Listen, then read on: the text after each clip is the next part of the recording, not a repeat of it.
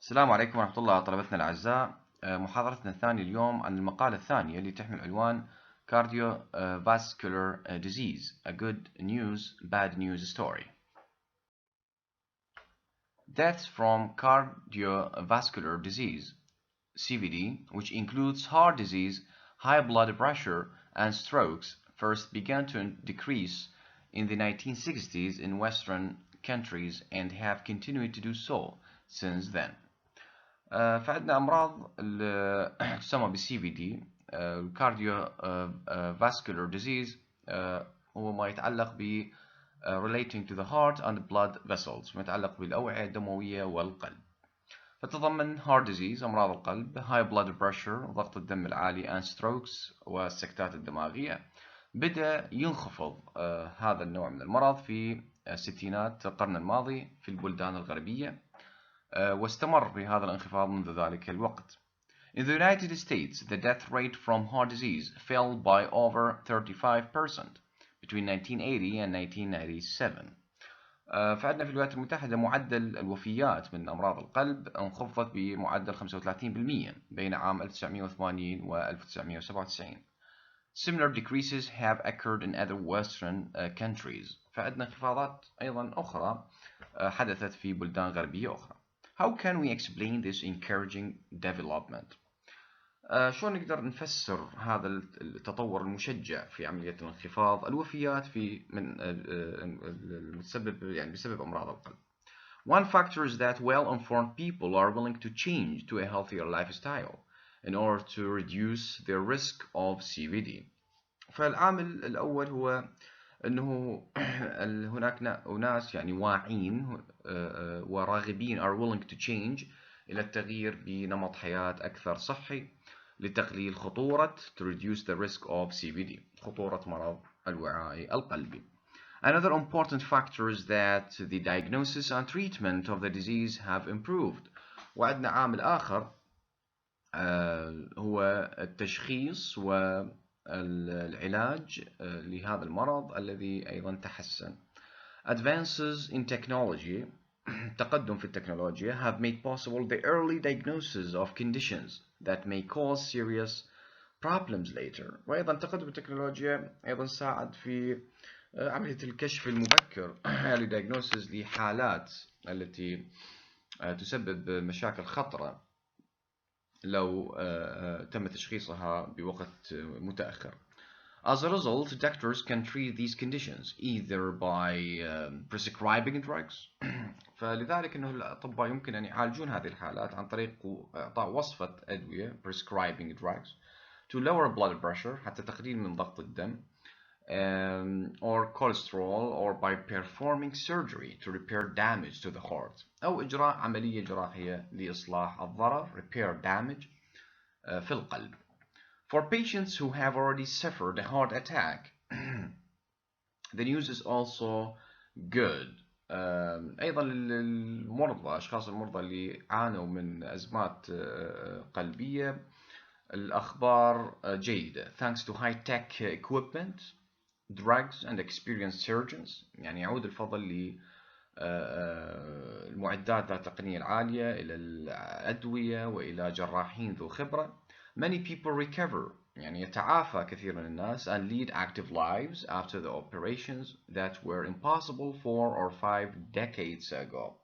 بعد إجراء عمليات اللي كانت مستحيلة قبل 40 إلى 50 سنة أو 4 إلى 5 عقود decades ago. The news about cardiovascular disease, however, is not all good. لكن الأخبار المتعلقة بأمراض القلبية الوعائية ليست جميعها جيدة. First, in spite of the fall in death rates, برغم من الانخفاض اللي حدث في معدل الوفيات, CVD is still the most common cause of death in most Western countries. فمرض CVD هو سبب رئيسي للوفيات في بلدان الغربية.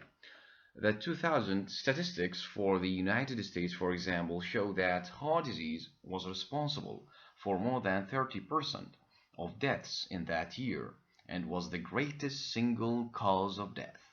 عندنا إحصائية لعام 2000 متعلقة بالولايات المتحدة على سبيل المثال تظهر أن مرض القلب كان مسؤول على أكثر من 30% من عدد الوفيات في تلك السنة، وكان السبب الأكبر لعدد الوفيات.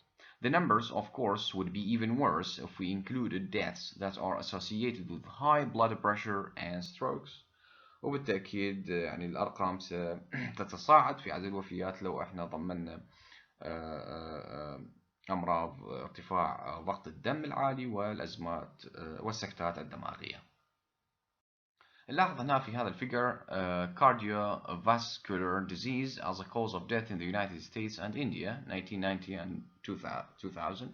فنلاحظ الأمراض القلبية الوعائية هو سبب الوفيات في الولايات المتحدة والهند. ونلاحظ الارتفاع عدد الوفيات في الهند من 24% في عام 1990 ارتفع إلى 32% في عام 2000. لكن في الولايات المتحدة هناك انخفاض من 41% في عام 1990 إلى 37% عام 2000. At the same time as CVD deaths are falling in developed countries, they are increasing in developing countries. فنلاحظ أنه CVD عدد الوفيات من CVD ينخفض في البلدان المتقدمة لكنه يزداد في البلدان النامية. The second piece of bad news is that CVD, which was once considered a problem exclusively in wealthier countries, is becoming a major health problem in developing countries. فلاحظ أنه الأخبار السيئة أنه CVD اللي كان يعتبر هو مشكلة محصورة فقط في البلدان الغنية الآن يصبح مشكلة صحية رئيسية في البلدان النامية كما موضح في الفيجر. Here, rapid social change is introducing the risk factors that we usually associate with CVD. لاحظ هناك تغيير اجتماعي سريع يساعد على زيادة عوامل الخطورة من هذا المرض المتعلقة بالCVD. فهو decrease in physical activity، يعني انخفاض في معدل النشاط الجسدي، an increase in smoking وزيادة في التدخين and a change to a less healthy diet. وهنا لدينا أيضا استخدام أو تناول الطعام الأقل صحي.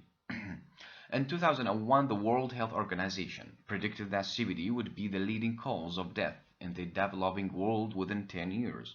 فلاحظ منظمة الصحة العالمية World Health Organization تنبأت أو توقعت predicted that CVD would be the leading cause of death، أنه الCVD سيكون السبب الرئيسي للوفيات في البلدان النامية خلال فترة 10 سنوات. Clearly, CVD is a health risk that needs urgent attention worldwide. بشكل واضح نلاحظ الCVD هو مشكلة أو خطورة صحية اللي تحتاج إلى انتباه عاجل urgent attention في جميع أنحاء العالم worldwide. What can be done to fight this killer disease؟ يعني ما ممكن فعله لمحاربة هذا المرض القاتل. The surgical treatment of heart disease will continue to benefit patients in countries where the expertise, equipment and other resources are available. فنلاحظ أنه العلاج الجراحي لمرض القلب سيستمر في منفعة المرضى في بلدان التي تتوفر فيها expertise الخبرة equipment معدات and other resources are available ومصادر أخرى. By itself, however, such treatment is not an adequate response to the CVD problem. لكن بحد ذاته أنه هذا العلاج هو ليس استجابة كافية is not an adequate response ليس استجابة كافية to the CVD problem لمشكلة مرض CVD for the following reasons للأسباب التالية. It is so expensive that it is an enormous burden even for the wealthy nations that can afford to offer it at present. فنلاحظ أنه هذا مكلفة أنه ويعتبر enormous burden عبء كبير حتى للبلدان الغنية اللي أن توفر تغطي يعني هذه التكاليف afford في الوقت الحالي. For developing countries وفي البلدان النامية which often do not have the necessary financial, technological and human resources, large treatment programs are simply not possible. فنلاحظ أنه في البلدان النامية التي تفتقر إلى المصادر البشرية human resources, technological resources أو المصادر التكنولوجية والتقنية وإلى المصادر المالية financial resources. فنلاحظ أنه large treatment programs برامج علاج كبيرة are simply not possible ببساطة ليست ممكنة. For these reasons, health experts have concluded that a global strategy to fight CVD must emphasize the prevention of the disease through community and government programs. فلاحظ لهذه الأسباب خبراء الصحة health experts توصلوا الاستنتاج have concluded أنه global strategy استراتيجية عالمية لمحاربة to fight CVD لمحاربة CVD يجب أن تركز على must emphasize prevention الوقاية تركز على الوقاية of the disease لهذا المرض من خلال through community and government programs من خلال برامج حكومية ومجتمعية. Community programs برامج المجتمعية can attempt to reduce the major risk factors of CVD.